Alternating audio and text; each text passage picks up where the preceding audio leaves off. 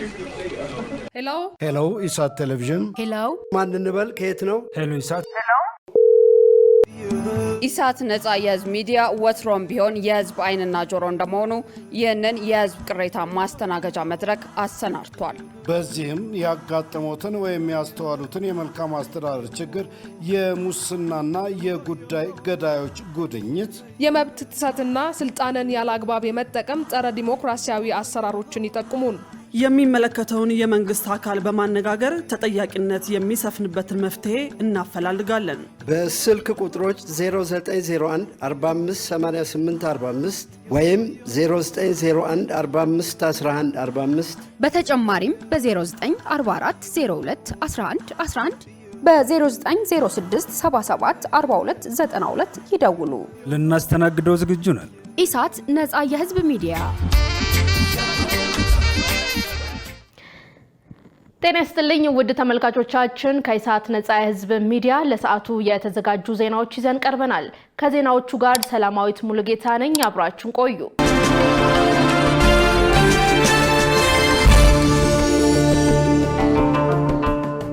ቀዳሚ ወዳደረግነው ዜና ተሻገርን። የህዝብ ተወካዮች ምክር ቤት በፌደራል ታክስ አስተዳደር ማሻሻያ ረቂቅ አዋጅ ላይ ይፋዊ የህዝብ ውይይት እያደረገ መሆኑ ተገለጸ። በውይይቱ ወቅትም የህዝብ ተወካዮች ምክር ቤት የፕላን በጀትና ፋይናንስ ጉዳዮች ቋሚ ኮሚቴ የፌደራል ታክስ አስተዳደር ማሻሻያ ረቂቅ አዋጅ ዘመናዊ የታክስ ስርዓትን ለመዘርጋት የሀገርን ኢኮኖሚ ለማሳደግና የገቢ አሰባሰቡን ለማቀላጠፍ ከፍተኛ ሚና እንደሚጫወት ገልጿል። በገንዘብ ሚኒስቴር የህግ ጉዳዮች መምሪያ ኃላፊ ተወዳጅ መሐመድና የገቢዎች ሚኒስትር ዴታ ያስሚን ወሃብ ረቢ እንደገለጹት ማሻሻያው የግብር ከፋዮቹን መብትና ግዴታ ሚዛናዊ በማድረግ ፍትሃዊነትን ያሰፍናል። ሚኒስቴሩ ይህንን ይበል እንጂ ረቂቅ አዋጅ ከፍተኛ የሆነ ጥያቄና ትችት እያስነሳ ባለበት ወቅትና ተወያዩ ህዝብ በስፋት ባልታደመበት ውይይት እየተካሄደ እንደሆነ ለማወቅ ተችሏል። አዋጁ ከሰው ንክኪ ነፃ የሆነ በዲጂታል የተደገፈና ከደረሰኝ ጋር የተያዘ ዘመናዊ አሰራር የሚዘረጋ በመሆኑ የገቢ አሰባሰቡን ከብልሹ አሰራር ነፃ ለማድረግና ለሀገር ኢኮኖሚ የሚሆን ፋይናንስ በውስጥ አቅም ለመሸፈን ያስችላል ተብሏል። በተጨማሪም ዓለም አቀፍ ተሞክሮዎችን በማካተት ከታክስ ጋር የተያያዙ አለመግባባቶች ሲኖሩ በፍርድ ቤት ፈንታ በስምምነት ለመፍታት የሚያስችል ስልት የያዘ መሆኑ ተገልጿል። በውይይቱ የተሳተፉ የማህበረሰብ ክፍሎችም ይህ አሰራር አለመግባባቶችን በስምምነት ለመፍታት ማገዙና ጊዜ ቆጣቢ መሆኑ ትልቅ እፎይታ የሚሰጥላቸው መሆኑን በግልጽ አበረታችነቱን አረጋግጠዋል። የመኖሪያ ቤትን አቅርቦት ለማሳደግ የተገጣጣሚ ቤቶች ቴክኖሎጂ በስፋት እየተተገበረ ነው ተባለ። መንግስት መሰረታዊ ፍላጎት የሆነውን የቤት አቅርቦት ለማሳደግና የህብረተሰቡን ፍላጎት በአጭር ጊዜ ለማሟላት በርካታ አማራጮችና ቴክኖሎጂዎችን በማላመድ ላይ ይገኛል ተብሏል። ለዚህም የተገጣጣሚ ወይም ፕሪፋብ ቴክኖሎጂ ቤቶች እየተገነቡ እንደሆነ የከተማና መሰረተ ልማት ሚኒስቴር ገልጿል።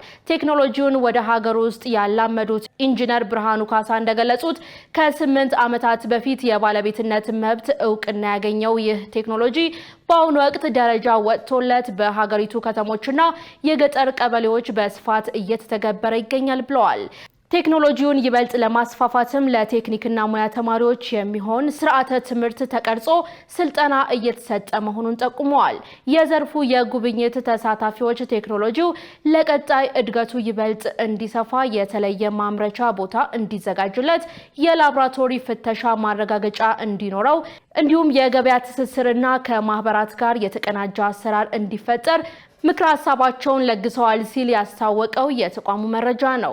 የቤት ችግሮችን ለመቅረፍ በመንግስት በኩል የተለያዩ ጉዳዮች እየተሰሩ እንደሆነ ቢገለጽም ማህበረሰቡ እስካሁን በተጋነነ የቤት ኪራይ ዋጋና እጦት እየተሰቃየ እንደሆነ በተለያዩ ጊዜ ይገለጻል።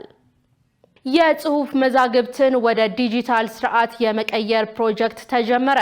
የኢትዮጵያ ቤተ መዛግብትና ቤተ መጻሕፍት አገልግሎት ውድና ብርቅዬ የሆኑ የጽሁፍ መዛግብቱን ወደ ዲጂታል ስርዓት የመቀየር ፕሮጀክት በይፋ አስጀምሯል።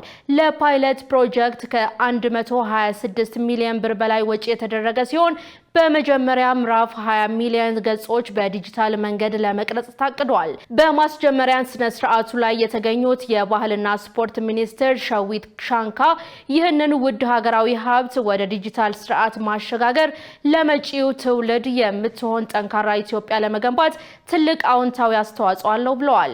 የኢኖቬሽንና ቴክኖሎጂ ሚኒስትር ዶክተር በለጠ ሞላ በበኩላቸው ሰነዶቹ በወረቀት ላይ ብቻ በመቀመጣቸው ከአገልግሎት ብዛትና ከእድሜ መግፋት የተነሳ የመጥፋት አደጋ ተጋርጦባቸው እንደነበር አስታውሰው የዲጂታላይዜሽን ስራ ይህንን አደጋ ከመቀልበሱም በላይ አንባቢያንና ተመራማሪዎች የሚፈልጉትን መረጃ በአጭር ጊዜና በቀላሉ እንዲያገኙ አይነተኛ መፍትሄ ይፈጥራል ብለዋል። የተቋሙ ዋና ዳይሬክተር ሰርጽ ፍሬ ስብሐት ለዚህ የቴክኖሎጂ ሽግግር ፕሮጀክት 126 ሚሊዮን 788520 የኢትዮጵያ ብር ወጪ መደረጉን አመልክተዋል።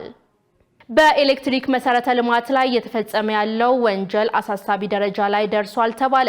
ባለፉት 9 ወራት በኤሌክትሪክ መሰረተ ልማት ላይ በተፈጸመ ስርቆት ከ239 ሚሊዮን ብር በላይ ኪሳራ መድረሱን የኢትዮጵያ ኤሌክትሪክ አገልግሎት አስታውቋል። በአገልግሎቱ የሪጅኖች የህግ አገልግሎት ድጋፍና አስተባባሪ ኃላፊ ወንዶሰን ጌታቸው ለአዲስ ዘመን ጋዜጣ እንደገለጹት ባለፉት 9 ወራት ብቻ በተለያዩ የሀገሪቱ ክፍሎች 329 የመሰረተ ልማት ስርቆት የተፈጸመ ሲሆን እነዚህ ወንጀሎች የኃይልና የትራንስፎርመር ስርቆትን ጨምሮ ለኮሪዶር ልማት የተዘረጉ ኬብሎችን ያካተቱ ናቸው ብለዋል። የመሰረተ ልማት ስርቆት በሀገር ላይ ያደረሰ ያለው ማህበራዊና ኢኮኖሚያዊ ጉዳት ከፍተኛ መሆኑን ያብራሩት አቶ ወንዶሰን የትራንስፎርመር ክፍሎችና የመዳብ ገመዶች በሚሰረቁበት ወቅት የኃይል አቅርቦት በድንገት የሚቋረጥ በመሆኑ የህብረተሰቡ የዕለት ተዕለት እንቅስቃሴ በእጅጉ እንደሚያስተጓጉል ገልጸዋል። በዚህም ባለፉት 9 ወራት ብቻ በሀገሪቱ የተለያዩ አካባቢዎች በኤሌክትሪክ መሰረተ ልማቶች ላይ በተፈጸመ ስርቆት ከ239 ሚሊዮን 420 ሺህ ብር በላይ ኪሳራ መድረሱን አስታውቀዋል። ተቋሙ መሰረተ ልማቶችን ለማስፋፋትና ለተጠቃሚዎች ለማድረስ የሚያውለውን ሀብት የተሰረቁትን ለመተካት እንዲውል በመገደዱ የሀገሪቱን የልማት ጉዞ በእጅጉ እየጎዳው እንደሚገኝም ተናግረዋል። ቀይ መስቀል ለአደጋ ጊዜ ተላላፊ ያልሆኑ በሽታዎች ሕክምና የ200 ሚሊዮን ብር ፕሮጀክት አስጀመረ። የኢትዮጵያ ቀይ መስቀል ማህበር ከዴንማርክ ቀይ መስቀል ጋር በመተባበርና ከኖቮ ኖርዲስክ ፋውንዴሽን ባገኘው የገንዘብ ድጋፍ በአደጋና በሰብአዊ ቀውሶች ወቅት ተላላፊ ካልሆኑ በሽታዎች ጋር ለሚኖሩ ወገኖች የሚሰጠውን እንክብካቤ ለማጠናከር የሚያስችል የ200 ሚሊዮን ብር ፕሮጀክት ሁለተኛ ምዕራፍ በይፋ አስጀምሯል። ይህ የ4 ዓመት ፕሮጀክት ተላላፊ ያልሆኑ በሽታዎችን የመከላከል፣ የመመርመር፣ የሪፈራል ስርዓት፣ የሕክምና ክትትልና የማህበረሰብ ግንዛቤን ለማሻሻል ያለመ ሲሆን የጤና ባለሙያዎችና የበጎ ፈቃደኞችን አቅም በመገንባት በቀውስ ወቅት ያልተቋረጠ አገልግሎት ለመስጠት ታስቦ የተዘጋጀ ነው ተብሏል። የማህበሩ የጤና የውሃና ስነ ንጽህና ክፍል ዳይሬክተር ጋሻው ዳኜና የጤና ሚኒስቴር ተወካይ ዶክተር ፋሲል ሽፈራው በአውደ ጥናቱ ላይ እንደገለጹት በቀውስ ወቅት የጤና አገልግሎት ሲስተጓጎል ታካሚዎች ለከፍተኛ አደጋ ስለሚጋለጡ የሕክምናውን እንክብካቤ በቀጣይነት ማረጋገጥ ለጠንካራ የጤና ስርዓት ቁልፍ ተግባር ነው ብለዋል። የፕሮጀክቱ ሁለተኛ ምዕራፍ ከየካቲት 2026 እስከ ጥር 2030 ዓ.ም ድረስ ባሉት 4 ዓመታት ውስጥ በ3 ክፍሎች ማለትም በኦሮሚያ ክልል አርሲ ዞን ሽርካ ከተማ፣ በአማራ ክልል ሰሜን ጎንደር ዞን ደባርቅ ከተማና በትግራይ ክልል ሰሜን ምዕራብ ዞን ሽሬ ከተማ ተግባራዊ እንደሚደረግ ከተቋሙ የተገኘ መረጃ ያመለክታል። የጎንደር ዩኒቨርሲቲ ኦክሲጅን በማምረት ለአካባቢ የሕክምና ተቋማት ማቅረብ መጀመሩ ታወቀ። የጎንደር ዩኒቨርሲቲ በቀን ከ250 ሲሊንደር በላይ የሕክምና ኦክሲጅን በማምረት ከራሱ አልፎ ለአካባቢ የሕክምና ተቋማት ማቅረብ እንደጀመረ ተገልጿል። በዚህም ዩኒቨርሲቲው የጨረር ሕክምና ማዕከል፣ የሕክምና ኦክሲጅን ማምረቻ፣ ዘመናዊ የደረቅና እርጥብ ቆሻሻ ማስወገጃና ሌሎችም ማህበረሰብ አቀፍ ፕሮጀክቶች በምርምር ያቋቋመ ሲሆን ሲሆን ከ20 በላይ አዳዲስ ፕሮጀክቶችን አስመርቋል ተብሏል። በጎንደር ዩኒቨርሲቲ የምህንድስና ስራ አገልግሎት ዳይሬክተር እና የፕሮጀክቱ አስተባባሪ ኢንጂነር ወንደሰን በየነ ለኢዜአ እንዳሉት ቀደም ሲል የዩኒቨርሲቲው ሆስፒታል ታካሚዎች ሕክምና የሚያገኙት ከአዲስ አበባ ተገዝቶ በሚመጣ የሕክምና ኦክሲጅን ነበር። በአሁኑ ወቅት ግን ማዕከሉ በቀን 250 ሲሊንደር እና ለ600 የህሙማን አልጋዎች በቀጥታ የሚያደርስ የሕክምና ኦክሲጅን በማምረት እጥረቱን ሙሉ በሙሉ ፈቷል ብለዋል። ማዕከሉ ኦክሲጅን ለማምረት የሚጠቀመው ምንም አይነት ግብአት የለም ያሉት አስተባባሪው የተፈጥሮን አየር በማጣራት ጥቅም ላይ እንደሚውል ገልጸዋል። በዚህም ዩኒቨርሲቲው ከራሱ አልፎ ለአካባቢው የሕክምና ተቋማት ኦክሲጅን እያቀረበ መሆኑን ገልጸው በቀጣይ አድማሱን በማስፋት ምርቱን በማሳደግና ገቢ የማመንጨት እቅድ ተይዟል ብለዋል። ውድ ተመልካቾቻችን ከኢሳት ነጻ የህዝብ ሚዲያ ወደ እናንተ የሚተላለፈው የሰዓቱ ዜናውንም እንደቀጠለ ነው። አሁን ደግሞ ወደ ውጭ ዜና ተሻገርን። የቡድን 7 አባል ሀገራት መሪዎች ከዘለንስኪ ጋር እንደሚገናኙ ተገለጸ። የአሜሪካው ፕሬዝዳንት ዶናልድ ትራምፕ ዘለንስኪንና ፑቲንን በስልክ ካነጋገሩ በኋላ ምናልባት የሆነ ነገር ልናደርግ እንችላለን ሲሉ ተስፋ መኖሩን ተናግረዋል። ሸሪፍ ኢማም ተጨማሪ አለው። የቡድን 7 አባል ሀገራት መሪዎች ከፕሬዚዳንት ቮሎዲሚር ዘለንስኪ ጋር ተገናኝተው በዩክሬን ጉዳይ ላይ ይነጋገራሉ። የዩናይትድ ስቴትስ ፕሬዚዳንት ዶናልድ ትራምፕ በዩክሬንና በሩሲያ መካከል ለ4 ዓመታት የዘለቀውን ጦርነት ለማስቆም እድል አለ፣ ምናልባት አንዳች ነገር ልናደርግ እንችላለን ብለዋል። ዘለንስኪ ሰኞ ዕለት ቢያንስ 11 ሰዎች የተገደሉበትና በኪየቭ ታዋቂ ካቴድራል ላይ የእሳት አደጋ የተከሰተበትን የቅርብ ጊዜ የሩሲያ ጥቃት ተከትሎ የቡድን 7 አባል ሀገራት መሪዎች ቆራጥና ተጨባጭ ምላሽ እንዲሰጡ ጥሪ አቅርበዋል። የዩክሬኑ ፕሬዝዳንት በቡድን 7 አባል ሀገራት ስብሰባ ላይ ከሩሲያው ፕሬዝዳንት ቭላዲሚር ፑቲን ጋር ለመገናኘት ሐሳብ አቅርበው ነበር። ነገር ግን ሞስኮ ለዚህ ዝግጁ አይደለችም ተብሏል። ትራምፕ ሁለቱንም መሪዎች ማለትም ዘለንስኪና ፑቲንን በስልክ ካነጋገሩ በኋላ በቡድን 7 አባል ሀገራት ስብሰባ ላይ ምናልባት የሆነ ነገር ልናደርግ እንችላለን በማለት ተስፋ መኖሩን ተናግረዋል። ጨምረውም ሁለቱም ለዚህ ክፍት ናቸው ብለዋል። ትናንትና 2 ስኬታማ ንግግሮች ነበሩኝ ያሉት የአሜሪካው ፕሬዝደንት ዝርዝር መረጃ ከመስጠት ግን ተቆጥበዋል።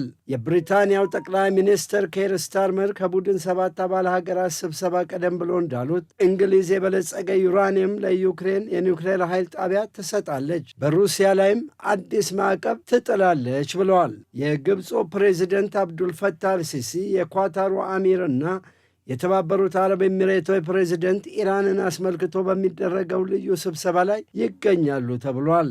እነዚህ አጋር ሀገራት በስብሰባው ላይ መገኘታቸው ሰበብ አሜሪካ የመካከለኛው ምስራቅን ጦርነት ለማስቆም ከኢራን ጋር ያደረጉትን ስምምነት በተመለከተ ለማወቅ ሲሆን ፕሬዝደንት ዶናልድ ትራምፕ የሆርሙዝ ሰርጥ መተላለፊያ አርብ ሙሉ ለሙሉ ይከፈታል ብለዋል።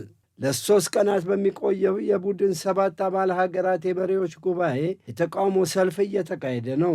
ፈረንሳይ የቡድን 7 አባል ሀገራት ከብሪታንያ፣ ከካናዳ፣ ከፈረንሳይ፣ ከጀርመን፣ ከጣሊያን፣ ከጃፓንና ከዩናይትድ ስቴትስ በተጨማሪ የብራዚል ፕሬዚደንት ሉላ ዳ ሲልቫና የህንዱ ጠቅላይ ሚኒስትር ናሬንድራ ሞዲም ይገኛሉ ተብሏል። መረጃው የፍራንስ 24 ነው።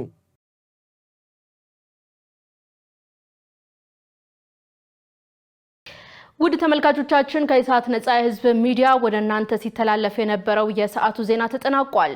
ከዜናዎቹ ጋር ሰላማዊት ሙሉጌታ አብሬያችሁ ቆይታ አድርጋለሁ። መልካም ጊዜ